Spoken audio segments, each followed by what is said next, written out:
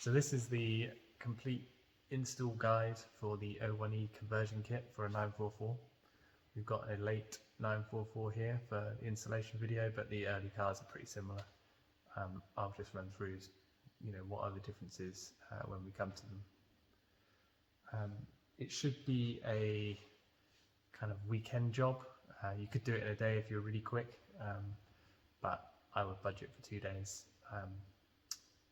There's always a rusty bolt here or there that's going to fight you, and things that you're not going to expect when you're removing some of the older stuff.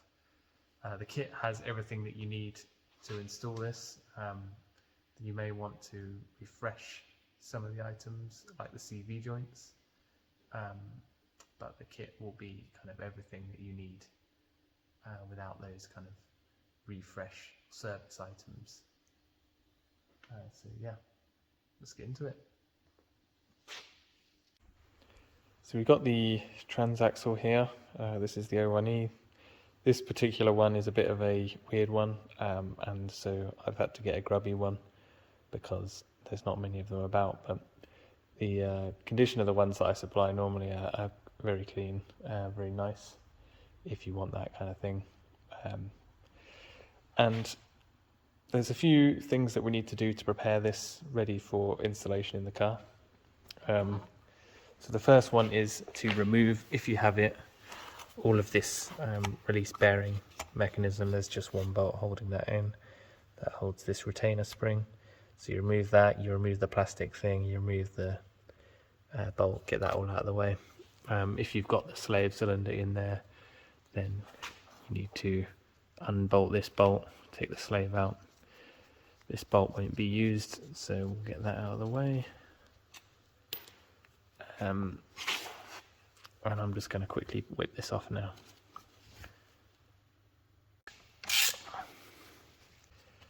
So just remove that. This will all slide off. Remember to take this out. And you're left with the guide tube now. So we're going to keep this part in because it actually holds in the seal, the shaft seal. But we need to trim down the length of it so that the coupler can go all the way over the spline. So I'm going to take that off. That's 3 bolts. I think they're 10mm, and then I'll cut it down. So these are actually 11mm, which is a strange size, but we'll just get them all out. So after you've removed the bolts, that comes out. You can see the seal in there. That should hold the fluid in fine, and you don't need to worry about that. If I have shipped you a Transaxle, there's probably no fluid in it, so remember that when it comes to topping it up. So we've got this part. I recommend kind of cutting it around here. You can cut really close to there. It doesn't really matter. But I would try to keep the cut on this straight section there. That's the only thing to watch out for. So I'm just going to cut it with an angle grinder. You could use a hacksaw, whatever you've got. Just slice it down. So here we've got the final piece. Not a perfect cut, but it really doesn't matter. And you may want to just clean that up or get a dab of spray paint on there maybe. So just installing this back on, make sure you haven't got any like dust or anything that's going to go in there, and it can go on anyway. There's 3 ways it will go on. Just chuck the bolts back in and tighten them up.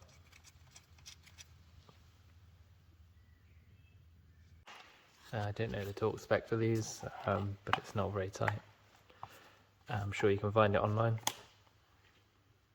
So that's everything inside the bell housing. When we come to install it, I'll just make a note now, and I'll probably try and cover it again later, but we're going to use the dowel hole here. So you need to use you may have a dowel in your Transaxle, or you may have to reuse one of the Porsche ones that's on the torque tube or in your gearbox, whichever it comes out on. So we're going to use one here, and that's it. We're going to align with the coupler and the dowel, and this one is not a dowel hole, so you can't use that as an alignment. If you have the slave cylinder, then remove that bolt, you don't need that. I'm going to remove this piece, which is a piece of the original linkage. This here is they generally come with this piece snapped off, because it's part of the original linkage, but remove that bolt and take that out, that's not needed. And then next up we're going to remove this cover and we're going to swap it to the one that comes with the kit. This has actually got a different reverse connector to the normal 01E. This is like I say, this is a strange one. With can't pick up the part number there, but this is the close ratio version. And so you should have the kind of EV1, EV6 style Bosch connector that you'll be recognizing from injectors and things like that. And that's what the kit's designed to work for. So I'm going to take this off. Again, I think we've got T45, 3 T45 bolts. We'll reuse the gasket of the O-ring that's on here, and then we'll install the other cover. So I'll just take these pieces off. So these are held on with some Loctite, and it's pretty stiff going when you're undoing them. I believe that the hole actually goes all the way through into the transmission, and that Loctite seals it, so make sure you put some back in. There's some included in the kit to help kind of seal that off. When you're removing this, you want to pry it off. It's going to be pretty stiff. Do not pry against these things. They're made of aluminium and they'll break really easily. So you can pry kind of off something else and do it evenly as you go around, just to make sure that you're not getting it jammed. So yeah, when that comes off, you've got the O-ring that we're going to reuse, and you'll want to take your sensor out to reuse that as well. So this is the piece that we're going to swap in. It goes this way up, and this here is the reverse detent. So that is actually a plunger which goes up, and this here is a separate piece which is just used to lock the position of this one. So if you remove that completely, you can see in there is a small hex that you can get a small socket on, and you can adjust this. So it's easiest to adjust this now. We'll get that set up, and then you don't have to do it while it's in the car and you're trying to fight around the fuel tank and everything else. So I'm going to put in the O-ring, I'm going to bolt it on, and then I'll get to adjusting that. So I've installed the O-ring here. Make sure the O-ring is kind of wet with oil. There'll be some residue in there that you can use to just scoop up and lube it.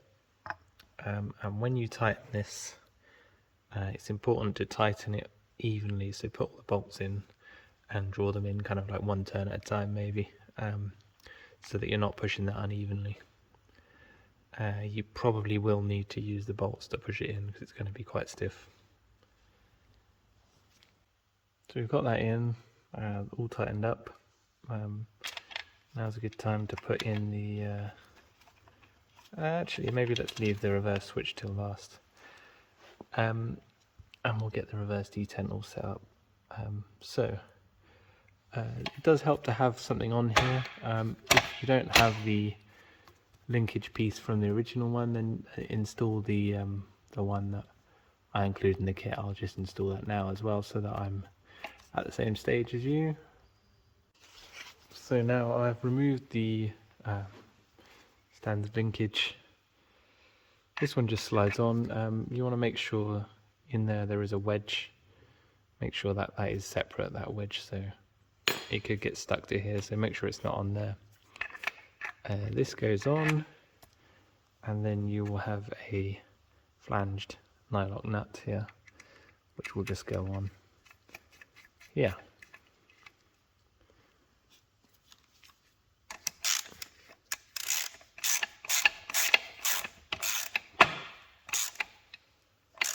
I'm doing this one-handed, but I recommend that you hold this and stop it from, don't tighten against the detent in there. Hold it and tighten against your hand. So I'm going to have to do that off camera. So don't go mad tightening this, just kind of get it just on there. And yeah, because it's wedged, you can go too tight and you'll break this piece, so don't go mad. So now we've got this piece on, we can select all the gears. I will show you reverse is all the way in and the bottom down, so that's reverse there. There you go, reverse. It should be quite obvious where reverse is because you'll probably have a shiny piece of the selector shaft. That'll be all the way in. So the goal of this adjustment now is that we want to turn this all the way in. We want to turn this in until it stops this in the right position. And the right position is so that it's just coming up against that detent, and then you can select first gear. The aim of the detent is to stop you from going all the way to reverse when you try and select first. So I'm going to get a small socket and spin this in. So a small 6mm socket is going to go in there nicely, and you want to adjust it in. Best thing to do is just to kind of adjust it in and get a feel for what you're doing. So I've gone way too far in because in fact it's gone so far in that I'm not even on the ramp, I'm just smashing straight into it, so that's too far. Now I've gone in and you can see the point I'm hitting that detent is there, and then that's reverse. So I've actually got it about perfect there. So you want to go in and then it wants to go freely over into first gear. That's when you've got the adjustment perfectly. I think I'm pretty close here. I am going to go too far out so you can see what happens. So that now when I go in and I go first, I don't know if you can see there, but it's now, as I go to first, it kind of goes out and then into first. So if I do that again, that's to the detent, and I aim for first. You see how it went up a few millimeters. If you concentrate on the shaft here, very hard to do this. There you go. So I want to go in just slightly, and I want to make that so that hits the detent and it's straight into the first gear. I think I need to go slightly more.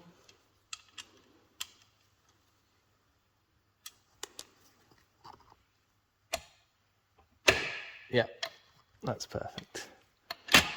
So now you thread in the cap, locking cap, and that uses an 8mm socket or spanner. Put that on, just give that a bit of a nip, and that may move the inside, so just check that you're still in a good spot. Yeah, I think I'm pretty happy with that. And now it's time to put the reverse switch in. So there's no crush washer or anything, it just seals against that face. Don't have it in reverse when you're doing this, because you'll make your life harder, and then just tighten that up with a spanner. So that's a 22 mil. Just give it a nip. My transaxle's moving, so I'm going to have to do it off camera, but yeah, just nip that up. Don't go mad with it. And then this is all wrapped up here. The next thing to do with the gearbox is to remove some excess metal, just so that the cables can make a less sharp bend, and that should help reduce the resistance and make everything feel a bit nicer. So the first one to do is this chunk here. I'm going to cut that off and then grind it kind of in line with the rim here, because this is exactly where the cable will come on this side, and on the other side the cable is going to come around here roughly. So take some of this material off here and also off of the back edge here.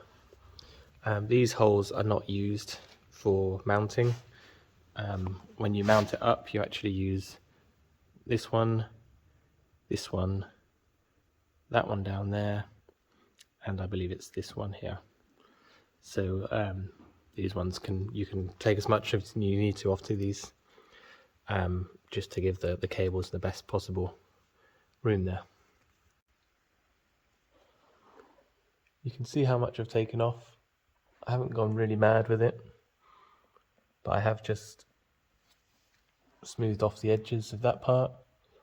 To be honest, I can't actually remember exactly where it fits, so if you watch the rest of the video, then you'll see exactly where to shave off. And on this side, you can see I've just removed that piece completely. That should be enough removing for now. Next up, I'm going to mount up the CV adapters, and I'm going to get all of the linkages mounted to the gearbox, or the Transaxle I should say. And then the goal is to have everything mounted and working on here so that I can check it's all in clearance and working well, before getting it up inside the car and finding out that it's not going to work. So on this side with the reverse detent cover, you want to use the larger of the two spaces, and this one goes on the other side. These mount up, so if you've had a Transaxle from me, you've got a different shape piece here, the slightly larger size. This is the smaller one, and these adapters fit both sizes. So you'll only use half of these holes around the rim, and they simply go on, and you use the appropriate bolts. So with this taller one, use the cap head bolts, and with the shorter one, use the countersink bolts. So I'm just going to bolt them on now. So now both of those are on.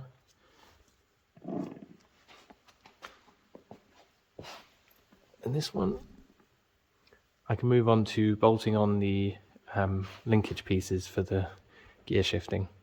So one of them is going to go and use these bolts around the diff cover. So you're going to reuse the bolts that come out. It'll be quite obvious which one of those two it goes on. And then there's going to be another cable stop on this side. And now this one, it uses the main bolt to attach the torque tube to the transaxle here. So there'll be a hole here, and then there's another bolt hole here. So you need to use the supplied countersunk screw, put it through from the back. There is a stop inside there that it will stop on, and it threads into the mount here. So pull that through, thread it on, and check that that hole is aligned when it's fully tight. Now there is also a piece that goes on the top here. My Transaxle is a weird one, like I said before, so I'm actually missing a hole here. But it will use this hole, and there'll be a hole here. And the two supplied bolts, you can't mess them up because one's countersunk and one's a button head. So I'll get them all installed. I'll probably have to mess around with mine to try and drill and tap it to get that to work. So this one cable stop is bolted on with these two. Just reuse the bolts. and you can see it's going to have the cable coming out across here, and that's why I've taken off some of this edge here. So that's all this side done. Moving round to the other side, you're going to use the button head bolt here and the countersink bolt here. That's a 25mm long M10. Like I say, my gearbox is a strange one and it doesn't have the hole here. If you in the same position as me with this, or with a strange variant of the O1E, then this piece here is parallel to the center line of the gearbox or the transaxle. So that's how you can find the right position. But because of the adjustment in all of this mechanism, you can probably get away with being not completely accurate. All of the gearboxes that I'm going to supply or recommend are going to have this hole here, so you shouldn't need to worry if it's one that I've recommended. This is only for if you've supplied your own, or you want one of the more rare gear ratio sets like this one. So I'm just going to drill and tap that now. That's an M10 bolt. I'm going to be careful not to go too deep because I don't want to go into the cavity of the gearbox and drop loads of swarf in there. But I'll come back when I've done that. So I've just drilled and tapped that on my one. What I will do is I'll put on the screen here, I can't remember how deep the original hole is. I just kind of eyeballed it and it was a bit nerve-wracking. So I'll tell you how deep the hole is on the pre-drilled ones for anyone that's got to do this. I'll flash that up now, and then that should make it a bit less scary for you. So installing the final cable stop, like I say, this countersink bolt comes through from that side, and you need to make sure that one's lined up. So I'm just going to try and show you the step that's inside. If I can work out which hole it is, so it's this hole here, and you can probably see just about that there is a step just inside there which catches the head of this bolt.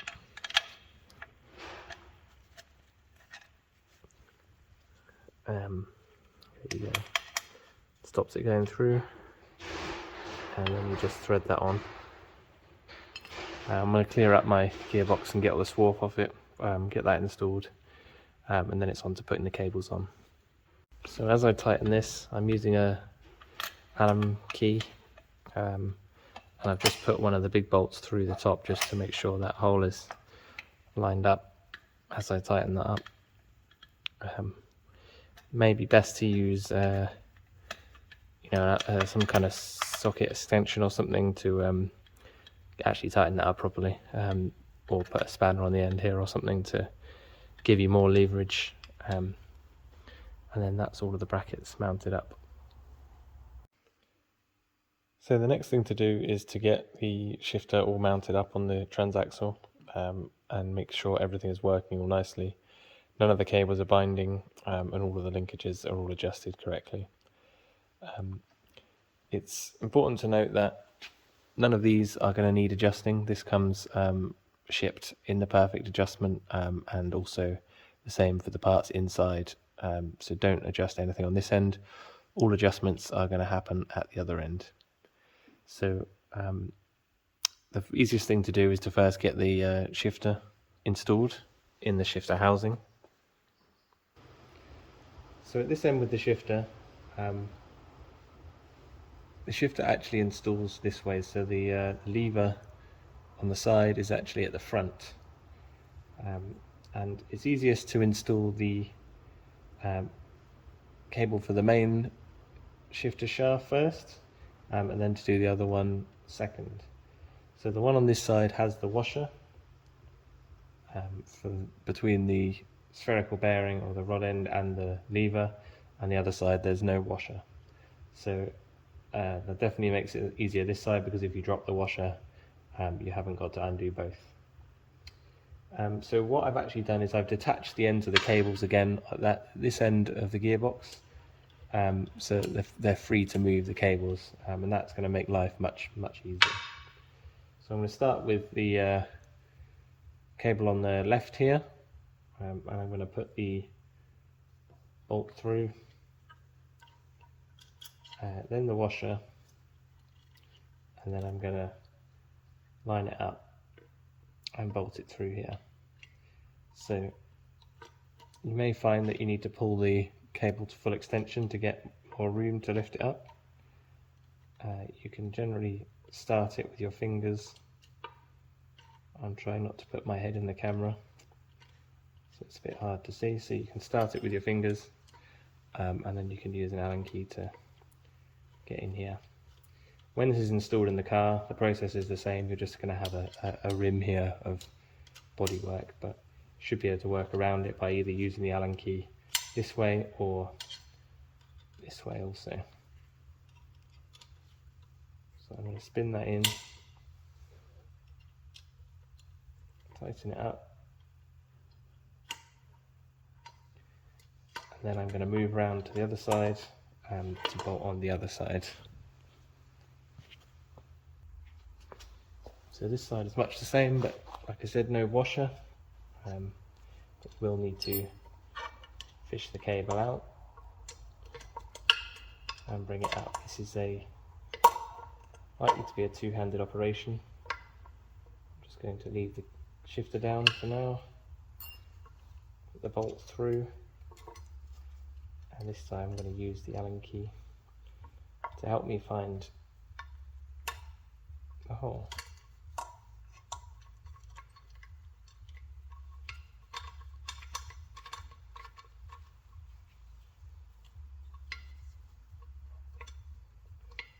So you may be able to wiggle the shifter around to get it to where it's more convenient for you to tighten up. So now that's tight, I can use these bolts, which probably would have been easier to remove to start with, to mount the shifter. And after that's installed, you want to move on and you want to get the cables set up in the cable stops.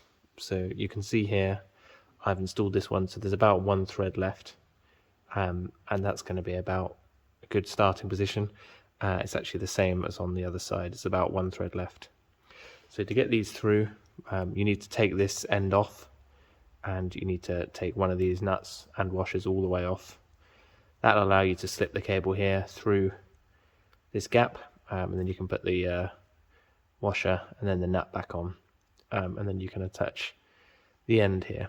So that's the same for both sides. I'll show you on this side. Again, that has about one thread left. So once they're all on, you want to get this piece on.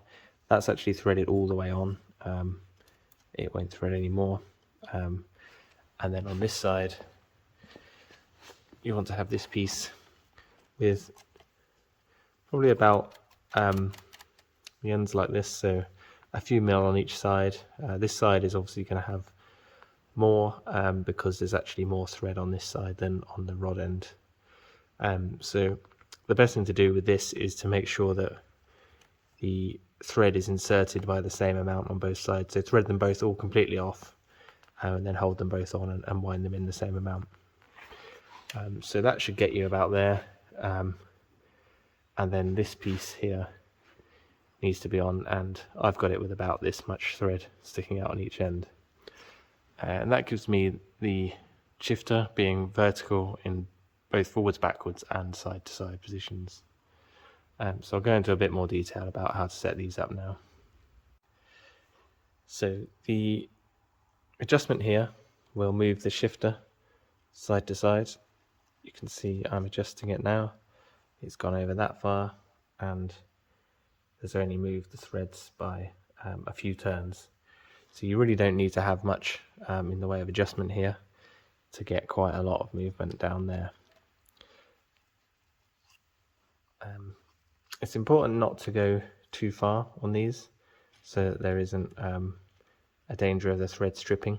I probably wouldn't go further than, say, about there. You can measure it. You probably want about 6mm of thread engagements, which is 6 full turns, and that should be enough. That should be your minimum number. When you install this end, I would definitely start with the outer hole. That's going to be the adjustment for the throw on the side-to-side movement.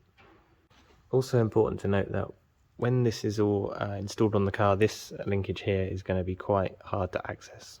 It is possible, but it's going to be much harder. So what you want to do is you want to end up where in the final position there is adjustment on this piece in both directions. So where it is now is a good position, and I can adjust the lever quite far in both directions, and I'll be able to access this very easily from underneath the car if I need to. You can see there's about this many threads on this side, and I'll go into just adjusting that now. But first I'll quickly go through how that side is set up. So this one, as I said, this is all the way in, and then the adjustment on this side is much easier done by adjusting this piece rather than this piece, because in order to adjust that you have to take this completely off and spin the end, whereas this side you can just slacken that nut, move that, and then nip it back up again. So that's how I would do it, and again you can do that when it's all installed in the car. So the important thing for the top piece here is that it has some freedom to move when the shifter is forwards. You see there's a small amount of play there, and when the shifter is backwards there's a small amount of play. That's really important because you don't want this binding up. It's going to affect how the shifting feels.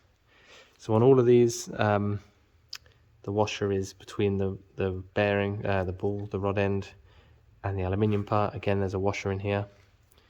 There's no washer in this one because of the design of this. It's incorporated, and there's a washer in here. We need to check that the cables also are not binding up, and that they can still move their full range of movement. So the easiest way to do that is to unbolt here, and then we can check how much movement there is beyond each of the extreme positions. So I've got this unbolted now. Your extreme position for this way is going to be pulling all the way out and all the way across, and you want to check that at the end position it's not binding up. So you can see here I can go way past there. There's no chance of that binding up. And the extreme position the other way is to go all the way into reverse, and you can see there that again I can go beyond that, so there's no danger of that cable binding up. The process on the other side is pretty similar. You want to unbolt this, and now that's unbolted, I want to check that if I put this, I basically need to check in extreme positions that cable can extend. So the best way to do is to push it into reverse, which is in and back. Check that goes beyond, which it does. You can see it goes beyond by a few millimeters. And if I go back up,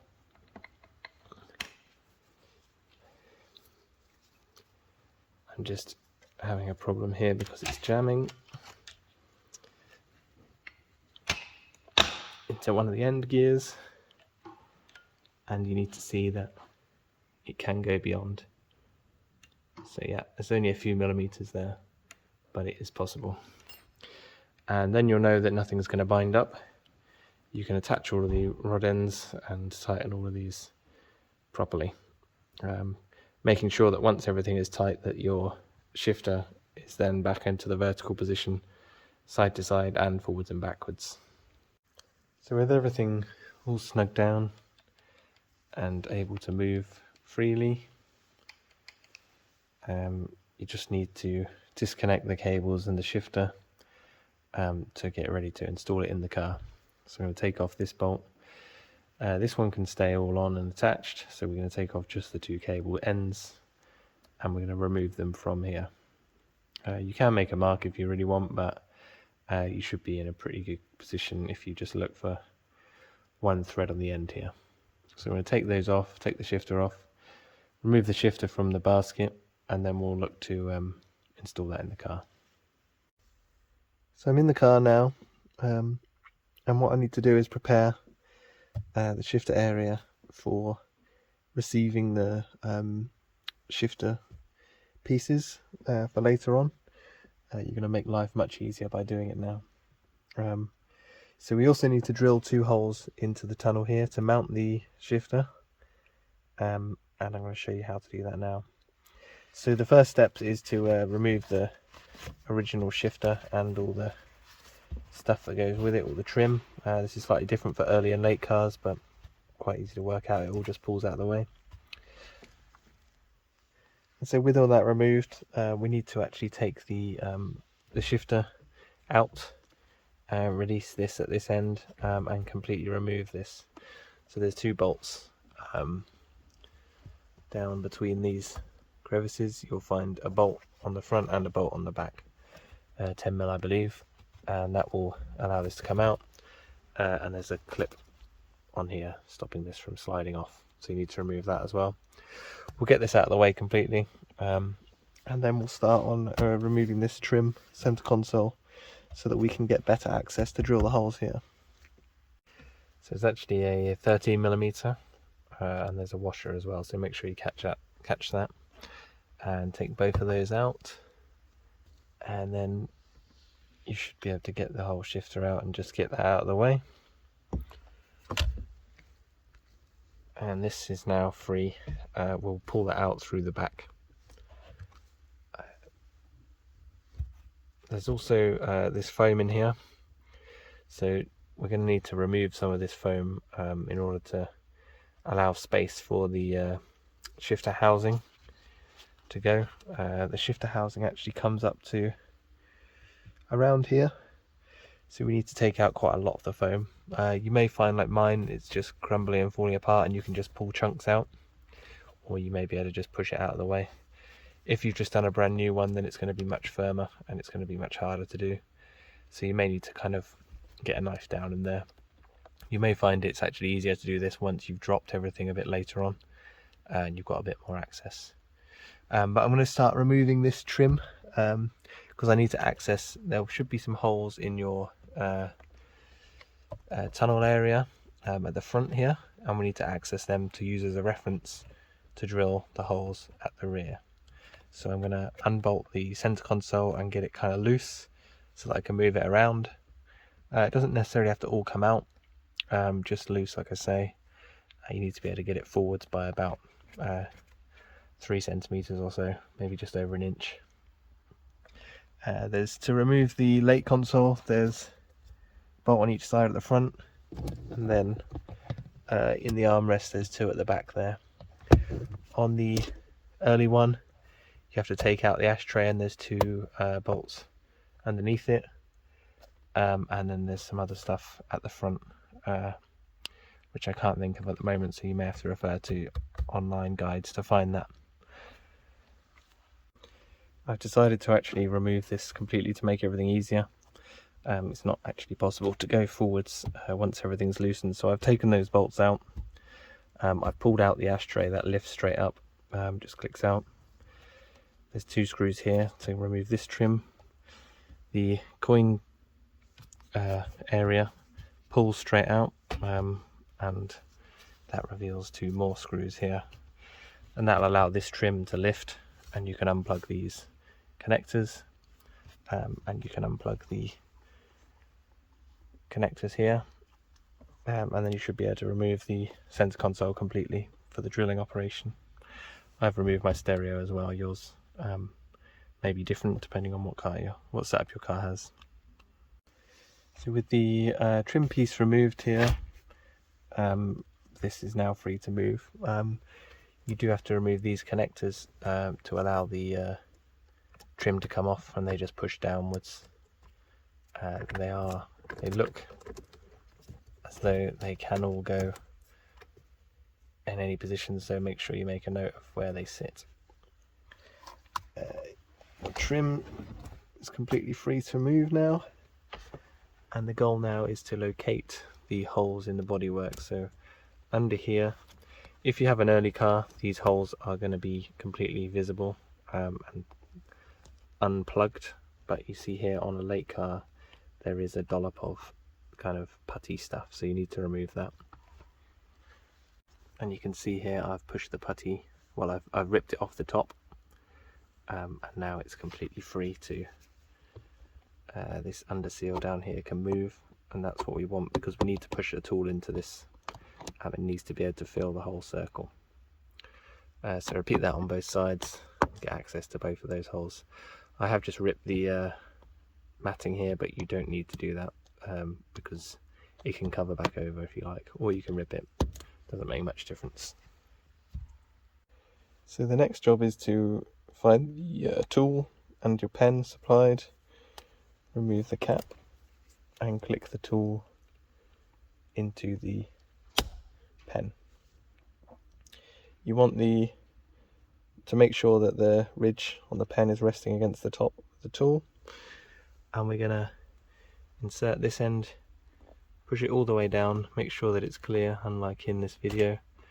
You're going to have to do the two hands to do that, so push it all the way down, and then we're going to use that to swing an arc on both sides.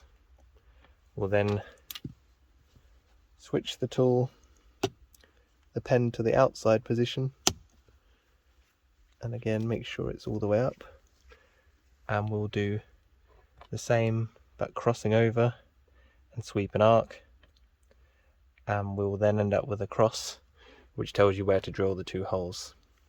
So obviously you need to move some of this insulation material so that you've got access to the metal work to actually mark and drill accurately to drill holes. So I've just quickly vacuumed up and I've used the tool.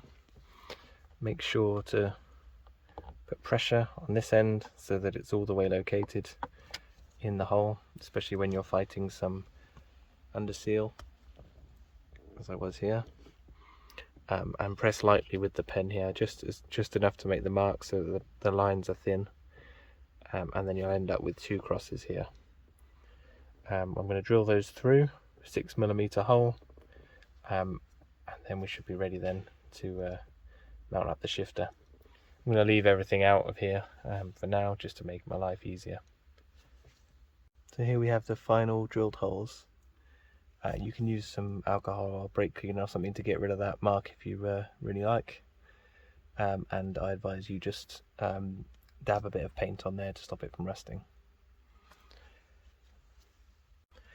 What I've just done off camera is I've just grabbed with my hand and ripped off quite a large amount of that foam just to clear it out so that the shifter housing can fit in here. You can see how much I've taken out, and there's probably still more to take out. What we need to do now we've got access is to seal up these holes that are left in the torque tube. So I've supplied some aluminium foil tape, which you can just rip to size and just cover each of those holes just to make sure that stuff doesn't fall in and make it all rest on the inside. I'm going to continue to rip out some foam on the back side as much as I can, and if you have a knife, a serrated edge knife like a bread knife, it works really well on this kind of foam, and it will help you reach in further down as well. So I'm going to try and clear out as much as I can before we drop the torque tube, and it just kind of holds it in place a bit better than when it's all loose and dangling. So this is the holes sealed up now with tape, and I've ripped out as much foam as I can get towards the back. Probably not quite enough at this stage, but now everything's done in the cab, and I'm going to move on to removing the transaxle and getting everything ready at the back there. The shifter housing is going to be inserted from underneath, so we need to drop everything out of the way in order to make space to slide it up in here, and also to remove all this stuff. So under the car now, I've dropped the exhaust. Shouldn't be too hard for you to work that one out. And what I'm going to do is I'm going to drop the transaxle. So I'm going to unbolt the shafts. I'll show you a bit about how to slide the coupler out. And then once that's out, we're going to look at dropping the rear subframe to get the torque tube down. So the axles just use these triple square bolts. Best to just take them completely out, both ends. Just get them out of the way. We're going to have to use these CVs on the new axles anyway, so just completely take everything down. And then I'll go inside the bell housing. So I just dropped the axles out. That's relatively easy. Now we need to go up to the front of the bell housing, and you just need to lever off these. There's one big cover there, and you're going to need to get this one off as well. So now you should be able to see in there is the splined coupler, and there's 2 bolts on it. So if your transaxle is in neutral, you should be able to spin that. And what you're trying to do is you've got this hole here to undo one, and you've got this hole to undo the other one. So you want to loosen them both. Completely remove them both, because there is a notch on the spline to stop them sliding. And once they're both completely removed, you'll be able to slide the whole coupler. So I wasn't quite right about it being in neutral. You need to have the transaxle in neutral, and you need to depress the clutch in order to spin this part in here. So what I've done is I've jammed a bit of wood against the clutch pedal and against the seat, and so I'm able to turn this freely now, and I can find it position so that that bolt can be undone nicely and completely removed. So with both bolts removed completely, you can slide the coupler onto the transaxle side, and if I can get a good view up here, you can see that the splines are separated completely. Now all you need to do is undo all of the 4 transaxle bolts and the mounting bolts. So an early car, you're going to have 2 big bolts through from the mount up to the cross member, and on this later car the 2 bolts are here on a single mount. So take them out, push the bolts all the way through, and then this will drop down. Before you drop it, disconnect the reverse switch, and on the other side the speedometer. The speedo is only here on the late car, but the reverse switch is on both. You should then drop down. If you're doing this on the floor, then you can do it with a normal trolley jack. What I like to do is pile up some blocks of wood either side next to the trolley jack, so that if it falls or it becomes unsteady, then it will fall onto the wood, and then you can just kind of drag it out. If you kind of balance, if you grab it around here, that's generally the kind of middle of the weight, maybe more towards the back edge of that, and then you should be kind of relatively well balanced. So now I've got the wires disconnected, sorry. I've taken the bolts out the bottom. I've only got the ones on the top holding. I'm supporting the transaxle for now. I've taken the hose clamp off of the fuel filter, so it's dangling and it's no longer supported by the cross member, and that gave me room to get to the 2 mounting bolts up here, which 13mm mounting bolts. The heads are captive in the backside, so you can just turn them, and I'm going to knock the bolts out, and then I'm going to drop it down so that it's resting on here. The weight is supported by the torque tube. Then I'm going to take the two top bolts off and lower it away. Another thing to connect before you drop the transaxle is the selector rod for the gears. So you can pull this cover back and you'll find the bolt under there. It should have safety wire from the factory, but often they just don't have it on anymore. So undo that, slide the black piece forwards and it'll separate, and then you can kind of push it into the car a bit to get it out of the way for when you drop the transaxle.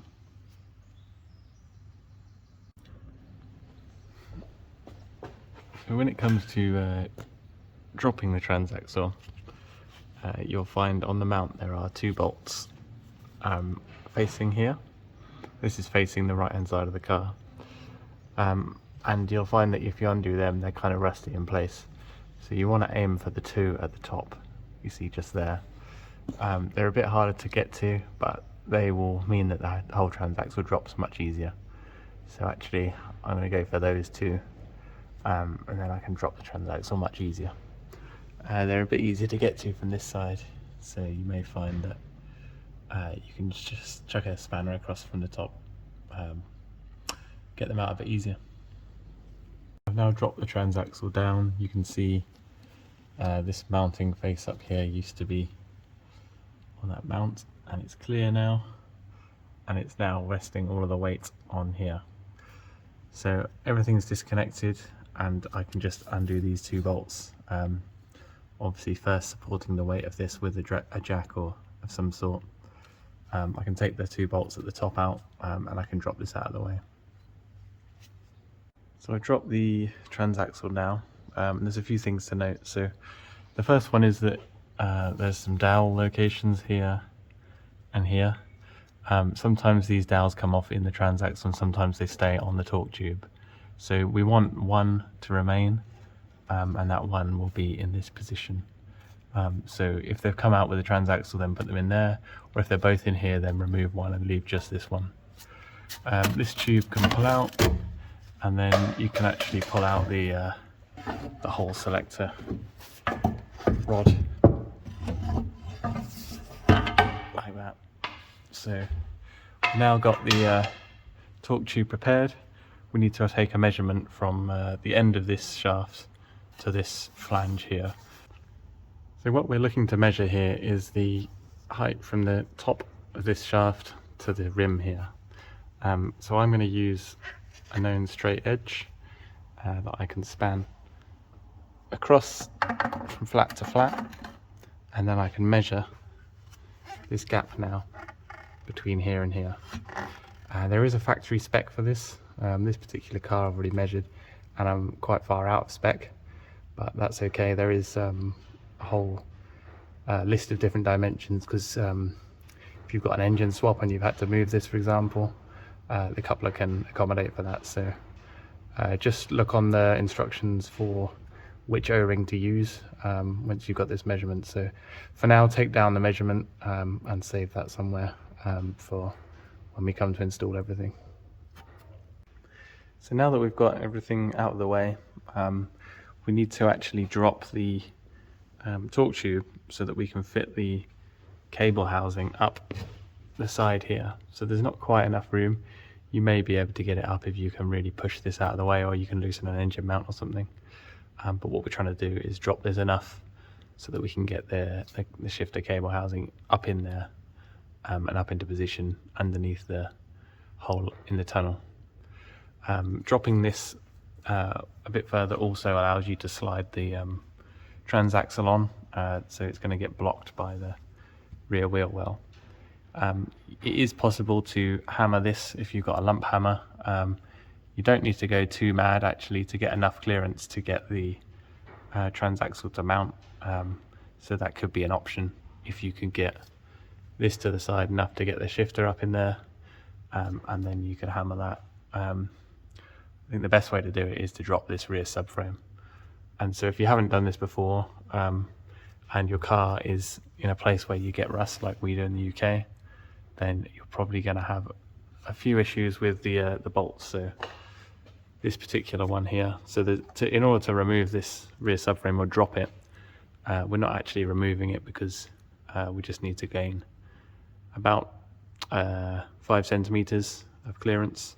So the benefit of that is that you don't need to disconnect any of the handbrake hose or brake lines or anything. You can leave them all attached. And the way to drop it is there's a bolt here, there's going to be a bolt here, and there's going to be a smaller one here, and the same on the other side. So small one, that one's a through bolt, so you need to take that completely out.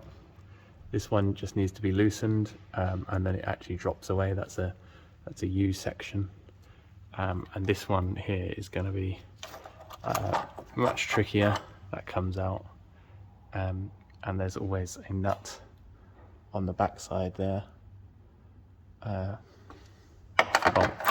So this particular one, I snapped the bolt head off and I snapped the nut off, and I was left with a shaft in there, and I had to drill it out.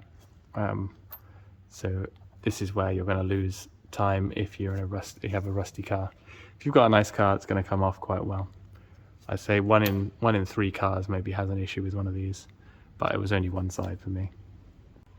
So on the late car, before I take the rear subframe down and drop the torque tube, I'm actually going to get the cross member out. I'm going to weld it up, and the reason I'm doing it now is just so that I'm minimizing the time that this is dangling and kind of hanging off. So let's get that all down, cleaned up, and welded. I'll show you that in a moment. So this is the cross member removed.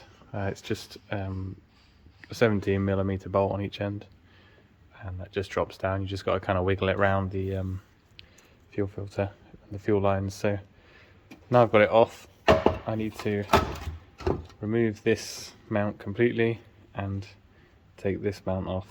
We're going to save that. These rubbers are actually surprisingly still attached. Usually they'll kind of be broken and destroyed, and that's why I recommend getting some replacements ready.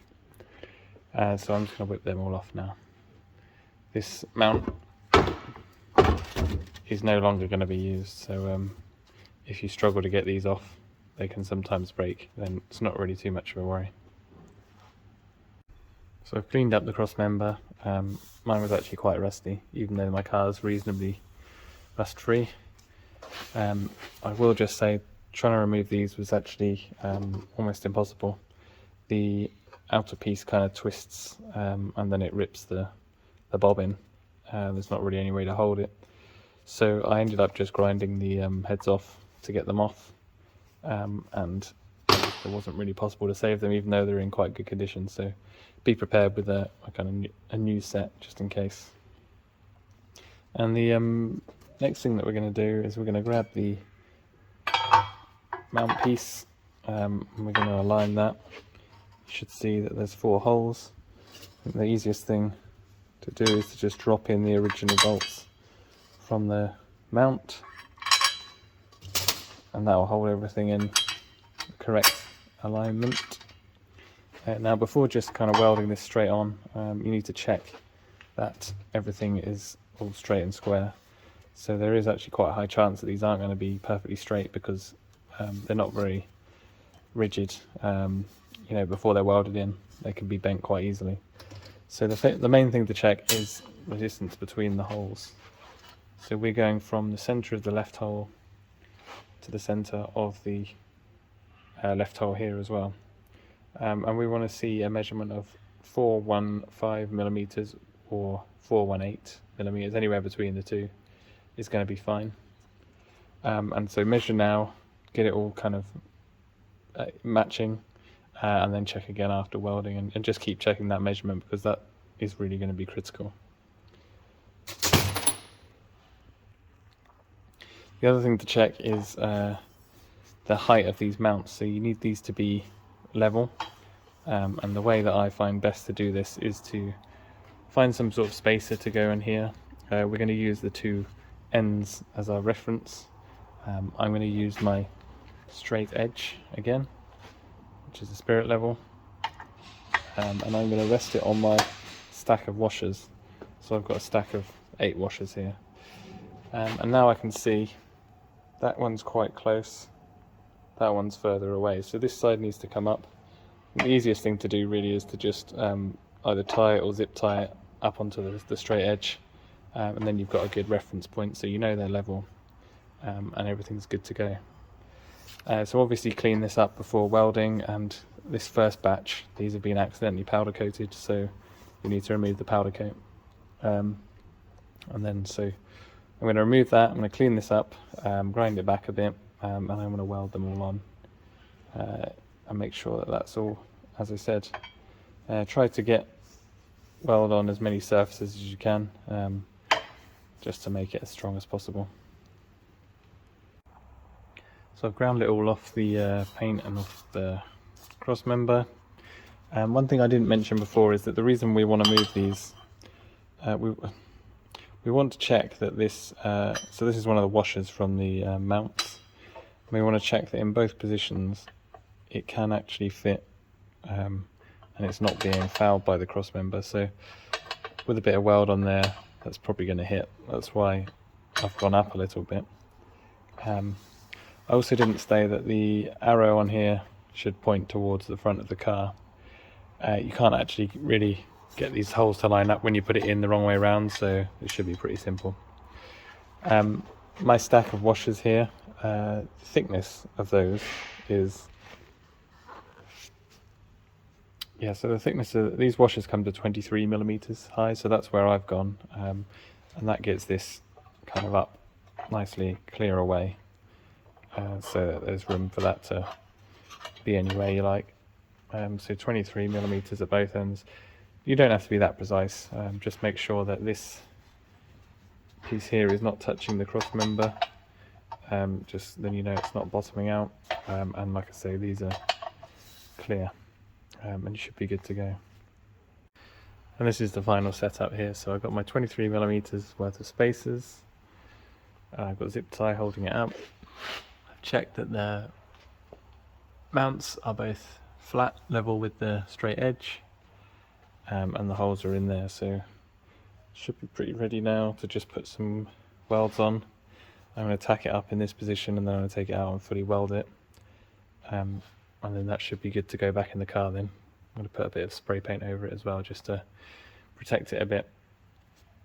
Just thought I'd show how I've welded it. So I've kind of filled it all the way on the edges, down the sides, done a bit of a stitch there. I'm definitely not the best welder, but I'm pretty confident that's not going to go anywhere. The good thing about this cross member is, since it's removable, you can actually just take that to a proper fabrication shop or a welder or something, if you're not confident in your welding ability. But there's a reasonable amount of surface area, so that should be pretty good. I'm going to spray that up a bit and then get it in the car. So I've painted the cross member and bolted it back up in place. I'm actually now going to start dropping the lower subframe. I couldn't actually, well, I found that these are pretty well seized into there, and these are quite easy to rip into two.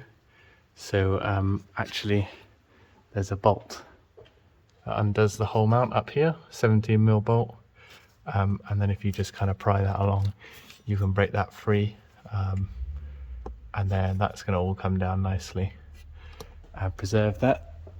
And I also found that this is kind of what the shape should look like here of this, but you'll probably find that that's full of corrosion. So I've got that all cleared, that all out, and then I found that if I bang a screwdriver against that, or even between the two parts there, you can kind of break this free from that, because it's actually corroded to that. And again, these can rip as well. So now if I lever between here, I can see independent movement of the two, and that's good. So that's independent, and now I'm just going to slowly lever the whole thing down, so that it drops down. So you have to kind of work both sides here, and it's going to take quite a while and quite a lot of effort, but you'll get the technique of it. Well, okay, it depends whether your car's in nice condition or not, how easy this comes down, but I'm just going to jostle that down. You need something to catch it, so I've got a transmission jack underneath, because you don't want to overextend the brake hoses. So you want to kind of catch it, so the middle of that boss is probably going to be about here when that's as far as you need to go. The cross member here is going to hold the torque tube up for now, so that's good. That's less weight bearing down on this this whole assembly. If you're working on the floor, you can use a set of axle stands to catch this or jiggle around, and that works quite well for me. So I'm going to join back in when I've got that all done. So I should add that I have actually removed in front of the torque tube, the torsion bar carrier, there is actually a aluminium brace which needs to come down. That's for 17mm bolts, so you need to cut that, unbolt that and drop it down as well.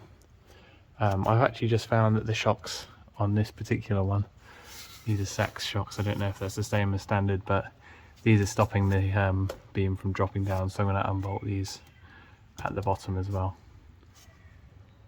So when you've got the all the shocks unbolted, you want to try and balance the rear beam. So if you let the back hang down too much, then it jams this bushing and it doesn't drop down. So you want to kind of take the tension here, keep that level, and then I'm levering this down, and you can kind of make some progress then. If you don't have this perfectly at the right height, this won't move. So you just got to play with the height to get that to kind of drop down easily. And that's the best way to do it, making sure you've got something ready to catch it when it does go down.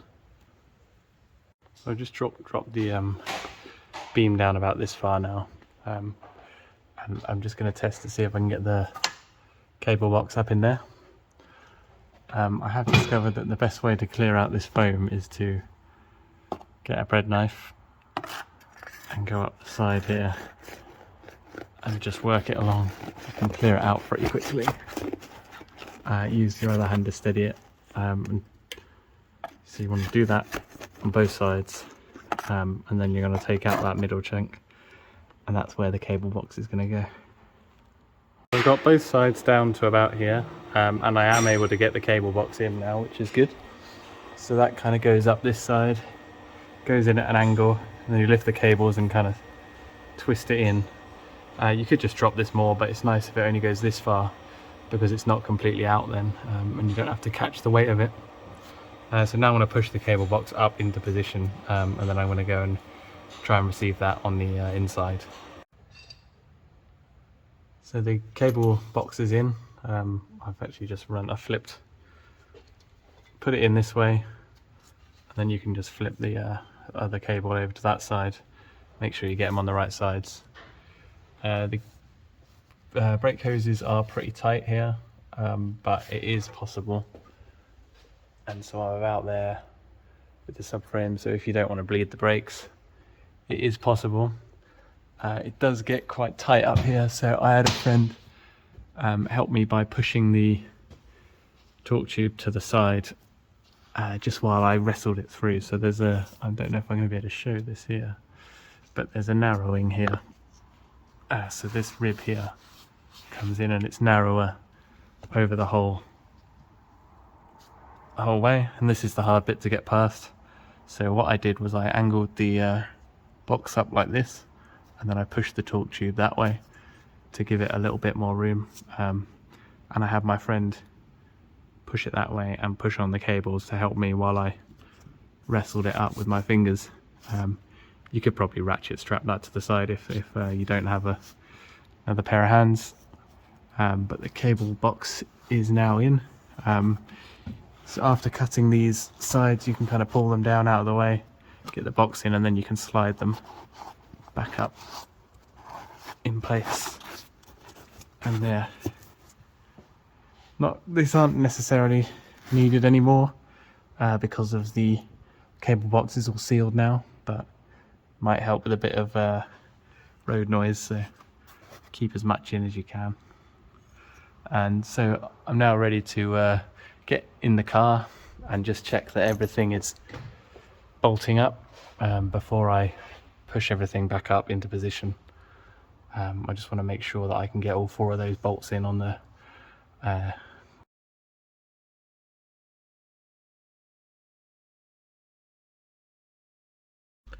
So in the end it wasn't too hard to get these bolts in. I did actually have to drill these holes out. I wasn't quite perfectly accurate, so I went to about 6.5 or 7 mil or something for that hole to get the bolts in. I'm going to make sure that you put the sandwich plates on the top. They're different front and back, so you can't really mess it up. And that's tightened down now. So what I'm going to do is I'm going to actually bolt on the shifter while these cables are still free to move. It's going to make it easier, so I'm going to get that in now. On both versions of the trim, you put the trim on afterwards, so we can get the shifter on now for early or late. Just a quick tip for installing this, you can actually swivel the base plate here to move the side arm to make it more favourable. So on this side I moved it so that the arm was going backwards and therefore closer to the so they're both closest together, and then that made it easier to get in there to do that side. And by shifting the basket over to this side, I'm able to get loads more access on this one. So that's all bolted up now. I've just used the 4 bolts here. These 8 bolts are all exactly the same length, so you can't mess up the order. I did notice that there is a bit of underseal around here, which you could remove, but it's actually not causing interference for me. Just pointing that out in case anyone else has a bit more overspill than mine. That's all in. The gear stick's not loose. Sorry, it's not attached at the other end, so it's still going to move around. That's fine. It's best to just let it rest on the forward position because it's not going to make any marks on here. In use it won't be able to come to the end stops, so just be mindful of that while it's not connected. I'm going to go back down and go back under the car now and finish off the installation there. The last stage I'll put the trim pieces in, but just in case something needs adjustment, we'll leave them off for now. So under the car now, I've actually moved on quite a lot here. I've done this all off camera, but I'm going to run through the process. So I've got everything in now. In order to install the Transaxle the easiest, I've removed this bracket. I can't remember if I filmed this already. So I removed this bracket, and that lets you just drop the torque tube down a little bit more because it does rest on top of that. And then what you want to do then is get the Transaxle up and in place. So you put the coupler on the Transaxle spline first, and then that will help you locate it onto the bell housing of the torque tube. Remembering to have the dowel on this top right location up here, and no dowel on the other side. There are 4 bolts for here. The 2 top ones are different lengths. One will only work. One will be too short for the other side, and one will be too long for this side, so it's pretty obvious. We've got 2 bolts for the bottom as well. This one here is a custom head bolt to go around this strange cutout, and it goes in this way with a washer behind. And this one here is the longer version, and that has a washer on each side. On the top they've got some heavy duty washers as well. The top tip is to put this one in this way, because if you put it the other way then you'll have to take off the axle adapters in order to remove the bolt. So if you have them on already, you can install it this way. It does work the other way, but if you ever need to take it off, it's nice to just leave them on. So that's those 4 bolts, and that should be in. And then you want to mount it up to the cross member. So with the mounts, what I did was I actually mounted it to the cross member and then pushed the cross member up into place and did these two because it was easier that way. And I even left the bolts all kind of slightly loose, so these ones are a little bit loose, those were all a bit loose, everything had a bit of movement in it, and that allowed me to get this up and into place the easiest. So when you're setting up these mounts, they have a tube in the middle, a stainless steel tube, and the height of that tube affects the stiffness of the bushing or the preload. And so included with the kit are some little 1mm shim washers, and there's enough to stack up 4 per side, and you can use them washers to detune the stiffness here of this mount. So I've put it in to start with now with no washers, and just to see how I get on with that. When you tighten this up, you want to tighten it until you feel that bottom out on the inner tube, and then tighten it from there. So you definitely don't want to, that definitely needs to be bottoming out and compressing the whole tube, just to be sure it doesn't back out. I did actually need to move this exhaust shield slightly just to get the mount up past it. It's quite thin steel. I just chose to just bend it down out of the way, only to about here or so, and then I just bent it back up after I was done. But you may be able to unbolt it. The bolts look quite rusty, and instead of trying to get all new bolts sorted, I just chose to bend it. So once the transaxle's all up and holding its own weight up, you can then start to put in the rear subframe again. Just like removing, you need to get the correct angle here. So you need to get the back at the right angle to allow this bushing to go up nicely. I did find by lubricating the front and the back face of the bush with WD-40 or whatever you've got, that made a massive difference to how easily these went in. And if you ever find that you're getting the bush kind of mushrooming out of the hole, that's a good indicator that you haven't got everything level. So just balancing the height of the back by putting a jack under here, I was able to just kind of get that up quite easily. So get up both sides, put those bolts in, and then remember to do all of these ones. This one up here doesn't quite go back, so I'm going to have to, the one on the back side, so I'm just going to have to lever it around a bit and try and find that hole nicely. And then once all of this is on, you're in a pretty good place. I put the shocks back on now. I did that last after everything else was in place. And then I moved on to installing the cables into the cable stops here, and I'm yet to attach the ends here, so I'm going to do that now. And then I'm going to attach the cable bracket here as well, so I'm going to go through that as well. So this is the bracket all in place. Notice which way around the P-clips are here, so the flat side is on the bottom to get the cables up as high as they can go, and that's just to clear the top of the beam here.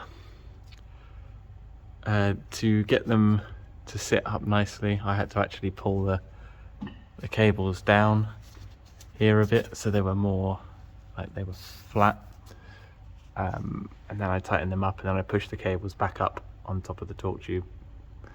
Now you see there's still a gap here, but I've aligned this just by spinning it around so that if it does ever relax and rub on there, that's going to be covered. And on this side there's a much bigger gap, but still we've got the anti-chafing protector on there as well. On my particular car, actually, this bracket, this cable is slightly lower, so I'm going to rotate the bracket so it's not perfectly level.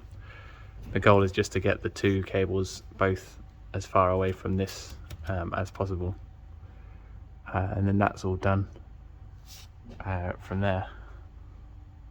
So the routing of the cables, I'm going over the top of this exhaust mount, and we want to get them basically up as high as you can as fast as you can, because you want to get them away from all the heat of the exhaust. So it is possible to run them underneath this, but I would suggest that you run them up over the top and then tuck them in the top. They kind of go in and join together on my car. You can see here probably that the cables are actually quite far up there. You can push them quite hard and they'll go quite far up there, so as far away from the exhaust as possible, like I said. And you may need to have this slightly loose to allow you to kind of feed the cable through to give you enough slack to push it up there. So just kind of play around with it all to get it all in there nicely, and make sure everything's all got some really nice smooth bends on.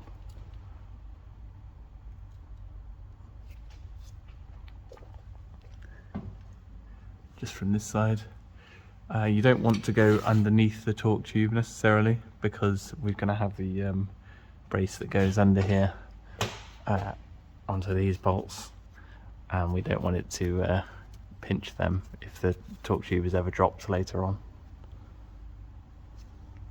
Now that you've got all the cables all in their final position, I would go and check in the cab how the shifter is shifting, and check that nothing's binding. You want to make sure that you can get full throw to each of the gears. If one of them feels like it's coming up short of the full throw of maybe the one next to it, so let's say for example second is not going as far back as fourth, then you know that something's binding up, and you'll feel a kind of clunkiness, I guess, or a stiffness in the shifter. Not a clunkiness, sorry, but more of a like mushy kind of, yeah, not as positive the feel. And so you want to check that if there is any gears that are having issues, then put it into that gear and see if any of these rod ends here are binding. So you should be able to, like, it's quite hard to show with all this stuff in the way. Maybe I can show on this side. But the ends should, well, you should be able to rotate them a little bit. They should have a bit of movement. If they're completely solid, then you know that they're binding up.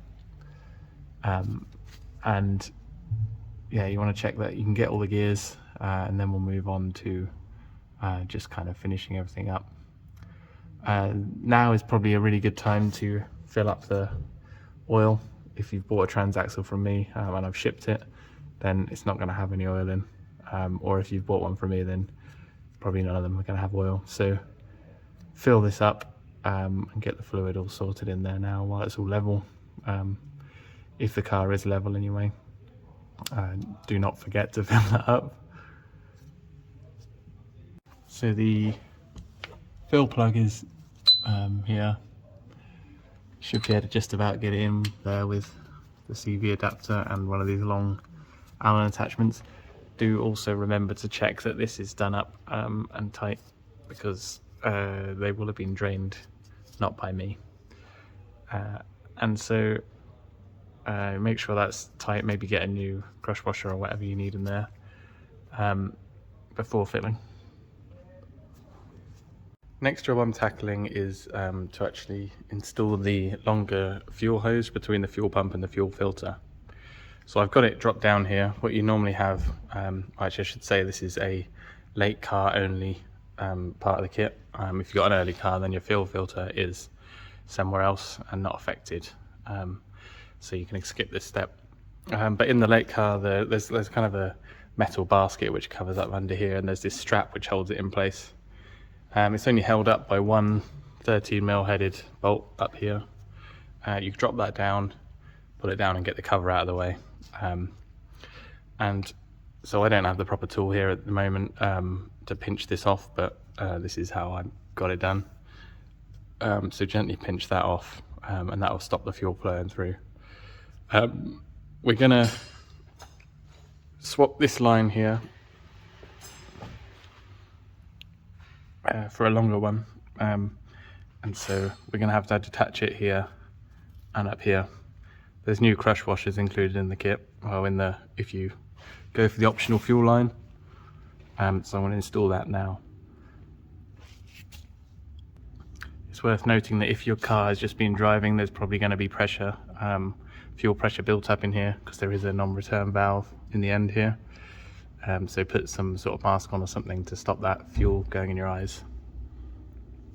I'm going to disconnect it here, so I'm going to leave this adapter piece in the fuel filter, disconnect here and disconnect here. So you can see here my new fuel line is in. In the end I had to remove this fitting from here, just because those two were seized together completely, the line and the adapter piece, so that allowed me to free it off in the vise. I would recommend you put those the bracket for the fuel filter and the bobbins on before you put it in the car, the cross member, because it was a bit fiddly. It's definitely doable, I've just done it, but it'd be nicer at the car. This is on with the new crush washers, and I've connected the terminals back up. It is important to note that when you tighten up the fittings for the pump and the filter, you want to push the pump up into where it's kind of going to live, and remember that the hose is going to be going up next to the tank there, and that will let everything kind of sit in its nice position while you tighten it, and there won't be any kind of twists or kinks when it's in the final assembly. So I'm just going to put the I'm going to let off the pressure there, and then I'm going to put the cover back on and then the strap back on and get that up out of the way. So that's all in now.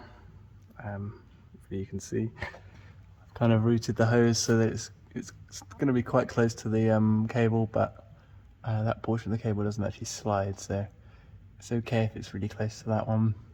I've made sure it's not touching the top there, the fuel tank, and I've also just kind of assembled it like that, so you can see, twisted it a little bit just so that it's all sits nicely. And the final thing I did was I just kind of rolled this edge just a little bit more so that it's not a sharp edge digging in on the hose there. So what I'm going to do now is I'm going to install the brace that was here, get that on, and then the only things left to do are to install the axles. I'm installing the CV joints now. So when you take these off, there's a clip on the end. This is actually not a factory clip. These axles are a bit bodged. So you'll have a clip on the end which goes in the groove, and then your joint will come off. You might need to give it a tap. You can kind of pull it a bit. And then behind it will be one of these spring washers. These are quite hard to get off, and they are splined to match the shaft, so you have to kind of clock it right to get it to come off. And then you can pull the boot off. You probably do want to actually renew some boots. I've actually had success using a Volkswagen boot, which is designed for a smaller diameter shaft, but you can get it over. And so I'll flash up the part number for that if anyone wants to use that one, because I found with my 944 joints they're a bit loose on the shaft, and so I had to actually use a cable tie just to kind of pull them in. That's because this axle is slightly larger diameter, so, and these are quite old, so it may be that a new one will shrink down, and it might just be that these are old. You remember to put these washers back on. You'll have kind of load spreading plates here. Those are important to go back on. So a couple of notes when you're installing the CV joints. There's actually a ridge, you'll notice here which goes on the outside edge of the CV. Depending on which brand you've got, there'll be slightly different design, but there's always a ridge that always goes on the outside. Another important thing to do is, in order to get the CVs to work at full angle, you need to actually clock the rotation correctly for both of the joints. So I'm just going to put this other one back in the vise, and I'll show you that now. So what you'll notice if you look on the end of the CV joint is that it's not completely clear here, but well, there's a big area between two tracks, and then there's a short area directly next to it. So what you want to end up with is, if you put a short area at the top and a line to this hole, put that at 12 o'clock, and then on the other side you want a large area at 12 o'clock, and you want to make sure that you get them perfectly lined up. This is extremely important on the early car because that uses a lot more extreme drive shaft angles. Another quick note actually is when you're putting on the circlips, the MP ones which I supply, if I pull them out now, you can actually see that they are slightly angled on the end, and if you put that this way, for example on this axle, this way, if it will focus, then you can just get a little bit more purchase underneath it when you're trying to remove them, and that's going to help massively. So remember to get them that way around, just so you've got kind of an edge to hook under with your screwdriver when you need to take them off. So once they're all installed, I've just reused everything, even the grease. You should really repack them, but I'm just doing a quick install here. You can get away with not doing it if you're careful. What I like to do also is just mark on the axles, you can't see it here because I've got a reflection, but which is the right side and which is the left side, because they are different lengths. The longer one is going to go on the right hand side, but once they're all assembled it's harder to tell which is the longer and the shorter one. And I also like to put an arrow just so I know which is the outside, just so I can put them on the same way, and put the CV joints all on the same way as they came off. You don't want to run these on the wrong sides. They're going to be completely the wrong length, and you'll risk the CV joints binding up, maybe exploding the CV joint, maybe taking out the axle with it. So really that's it. It's quite simple, quite quick to change these over, and the only tools you really need is a screwdriver just to pry off the O-rings. One thing I should mention about these Volkswagen joints is they are a real pain to get over there, but they do have a really good seal inside, so you can see it comes back this way. So the seal's about this long, and it seals in like 2 or 3 spots, so it's a really solid connection. So I quite like these. I think they're worth the pain, but it is a bit of a wrestling job. I actually boiled a kettle and put them in boiling water to kind of loosen them up a bit. That helped a lot to get them over there. Yeah, see what you like. You may prefer to just use the 944 ones. So finishing up with the electrical connections onto the transaxle. You probably want to do this before you put the exhaust in, but I forgot about it. So what I've actually done up here where the speedo sensor wire comes in is I've stripped it back just about 50 millimeters, 5 centimeters, 2 inches, and that gives you enough room to pull the wire across and clip it onto the O1E speedo sensor. So the speedo sensor is designed for a clip with a release lever, so it's really hard to get it on here, so you might find you think you've got it on but you haven't actually got it on. So have a good look. What I like to do is just pull this metal tab off to the side a bit to give you the best chance of getting it on, and then push the tab over. So if I go up,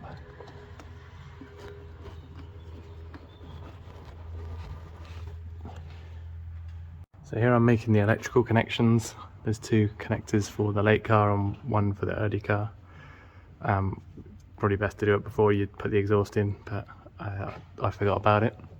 So with the speedo connector on the late car, what you have to do is just chase back the let's see if we can get in there. So the sheathing on the harness, I've just taken that back about 5 centimeters or 2 inches, and that gives you enough room to actually get the cable over to the connector over here.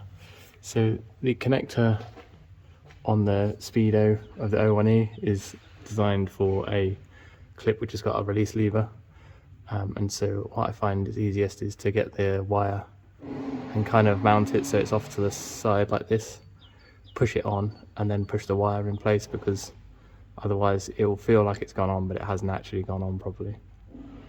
So I just connect that now.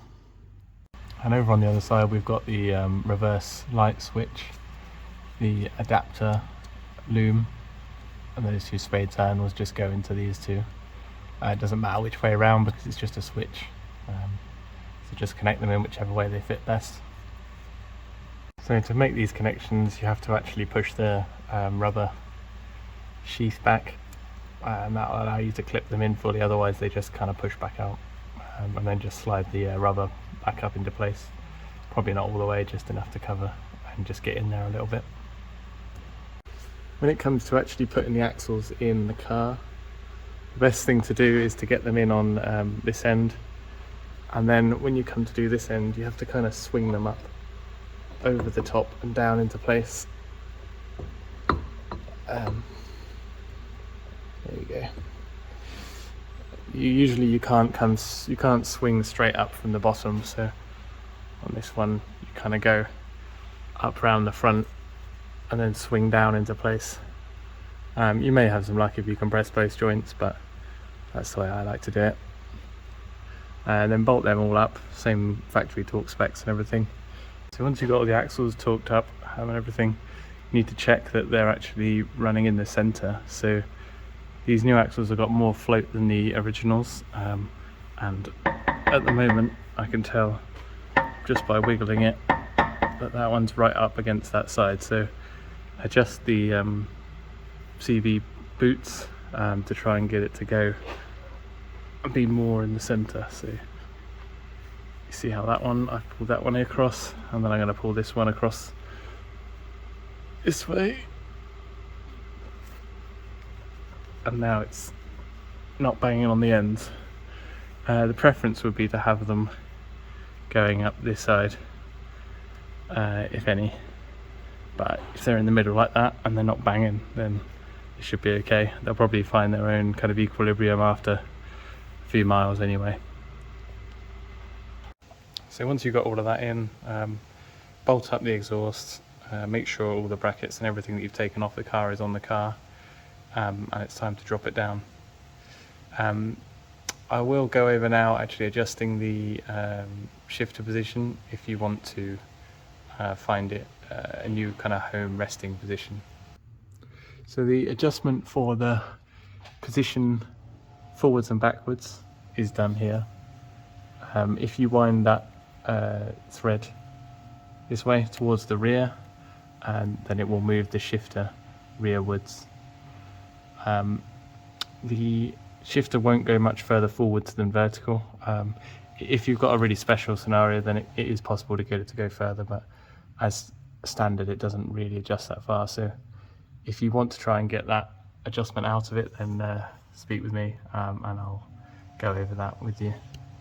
And the adjustment for the left and right kind of homing position is done with the black barrel adjuster thing up in this side,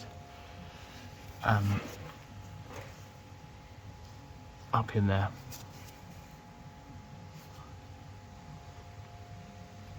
You'll find that actually you only need to move that a very small amount to get quite a lot of movement at the front, and the same for the other adjustment. So just do a small amount at a time and see how you go. So we're in the car now for the final fitting of the trim, and then the finishing touches. So on the early car, the plastic trim surround goes on after the OEM surround, and on the late car this piece goes in first, and then the larger piece clips in and retains this one.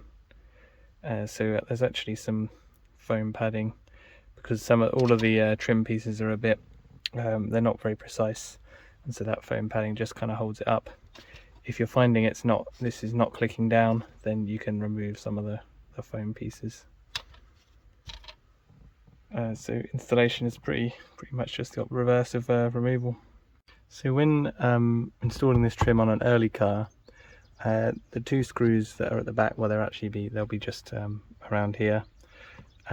You often find that these screws get replaced by just any old random screws, and if they're too long you'll find that one of them will hit the cable box underneath, or actually it's part of the cable that it will hit. It's not going to do any damage to the cable, but it will strip out the thread in your tunnel or wherever it's threading into. So if it's too long, then find a shorter one.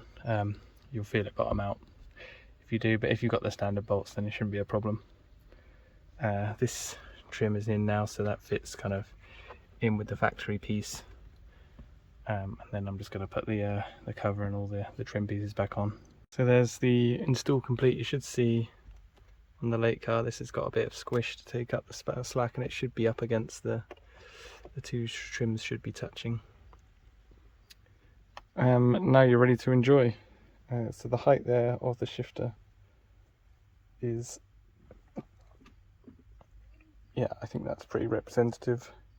So it's not super high up, it's about the center of the standard steering wheel, but I've got a very long steering boss on mine. And that's the home position.